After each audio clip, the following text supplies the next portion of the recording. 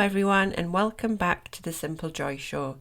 Today I'm going to be talking about a unique approach to decluttering, and it's the Minimalist Game. It was introduced by Ryan Nicodemus and Joshua Fields Millburn, who are also known as the Minimalists. And this game has become a favourite for those of you embarking on your decluttering journey. So today I want to talk about what it is and the pros and cons.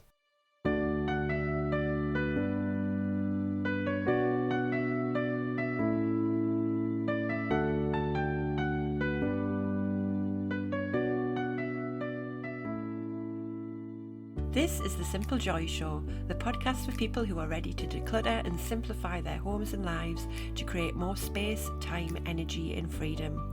I am your host, Hayley Forster, mother, wife and declutter coach, and I'm going to be sharing with you simple bite-sized nuggets to help you on your journey to living a simpler life through the power of decluttering. So if you're ready to choose calm over chaos, then let's dive into today's show. Hello everyone. So today I want to jump back on the path I was on earlier, which was about decluttering methods and discussing lots of different types of decluttering methods out there, so you know what there is, what you can try, the pros and cons of each, and potentially what might work for you. I was on that path before I got sidetracked by Christmas last week. I felt very festive. There was snow. It was the 1st of December. The Advent chocolates were out and I was all overcome with festivities.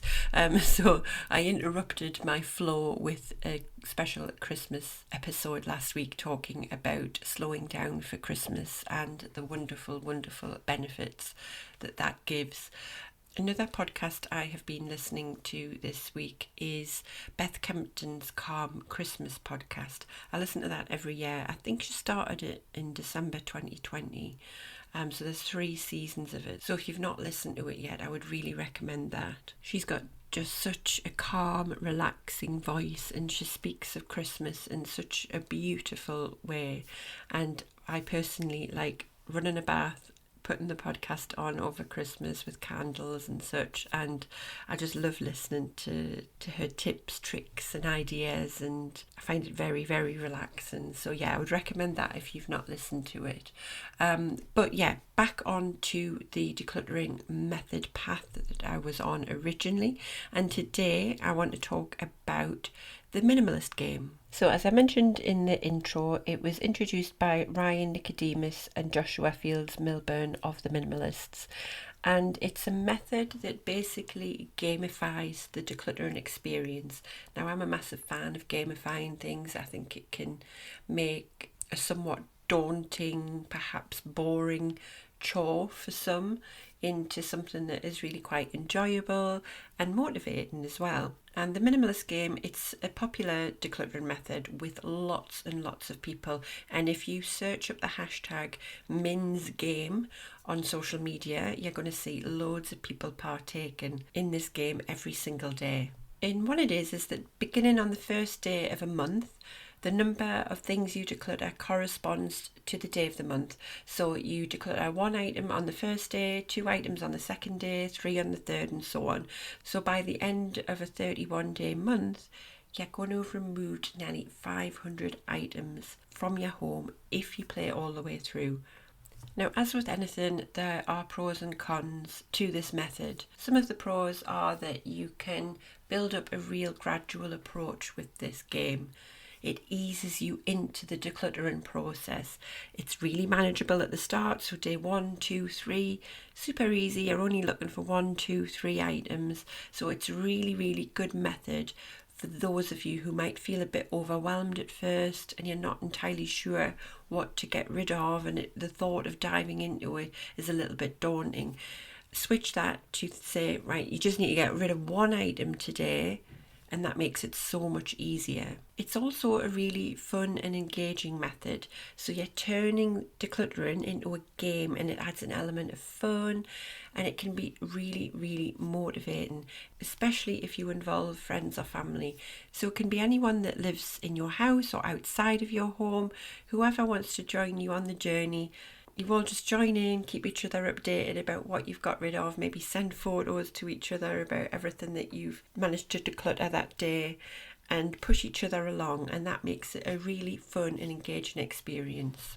And as I mentioned earlier with the hashtag, it's got a real community aspect to it, so you can share your progress on social media, and it really creates that sense of community and accountability as well, which I know I'm very fond of. I'm one of those people that I need accountability, otherwise I will just probably not do it. So by having this social aspect to it really helps by making the process much more enjoyable and less isolating as well. But for me, the biggest pros for this method is that by the end of the month, you've removed almost 500 items from your home, and that is no small task. And you can play as many months in a row as you like, so you can just keep on going through the whole year if you wish, or you can just commit to 1 month at a time and see how it goes. And it starts small and increases over time, and that really allows you to build up your confidence in your decision making abilities, and that gets increasingly better as you let go of more stuff. And no matter what method you pick, I always recommend to start small and increase over time to really build that decluttering muscle and build your confidence in your abilities. Now let's just touch on the cons as well. So as I said, it's increasing difficulty. Now that can be a challenge for some people because the challenge ramps up pretty quickly. And it can be tough to keep up, especially towards the end of the month. If you think about it, within the first week, you've got rid of nearly 30 items, and that's quite a lot. So once you ease into the second week, it gets even more difficult. And that can be a challenge for many. And it can be really difficult to keep up if you're not consistent. And as you get towards the end of the month, you're going to have to find a really big number of items each day to get rid of. And I don't know about you, but after a long day of work and chaperoning the kids around everywhere, the last thing that I want to do really is to find 25, 26, 27 items to declutter that day. And it becomes much more unappealing as the month goes on. It also might not suit everyone, because if you're already a fairly minimalist person, finding enough items to get rid of can actually be quite challenging, and the game might not be as effective for you. So in my early days of where I had a lot of clutter, I probably could have done the game quite easily with the correct motivation and mindset behind it. However, if I'd done it now, maybe after the first few days, I'd really struggle with what I'd want to get rid of. And then again, that's just not going to motivate me to keep moving forward. I have seen concerns online as well of people who've done this before, where they've perhaps discarded items recklessly just to keep up with the game.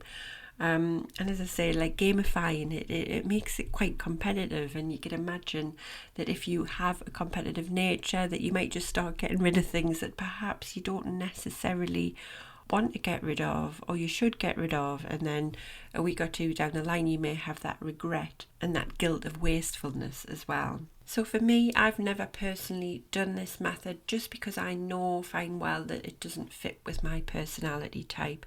As I say, you're going to find a method that works for you, and this is one personally that is not for me. The reason being is that I think the first week would be great for me, but after that I would just probably find it much more daunting and much more of a chore to try and find X amount of items to get rid of, and I wouldn't particularly find it enjoyable. But if you know that you're quite competitive and you like to get involved with this with your friends and make it a community aspect, then go for it, give it a go, see how much you can do. The Minimalist Game has got so many benefits to it, but it is important to approach it mindfully. So just remember that the goal isn't to just eliminate items, but to actually really put some thought behind it and consider what adds value to your life. So don't just go rushing around your house with a plastic carrier bag trying to get rid of everything that you can see.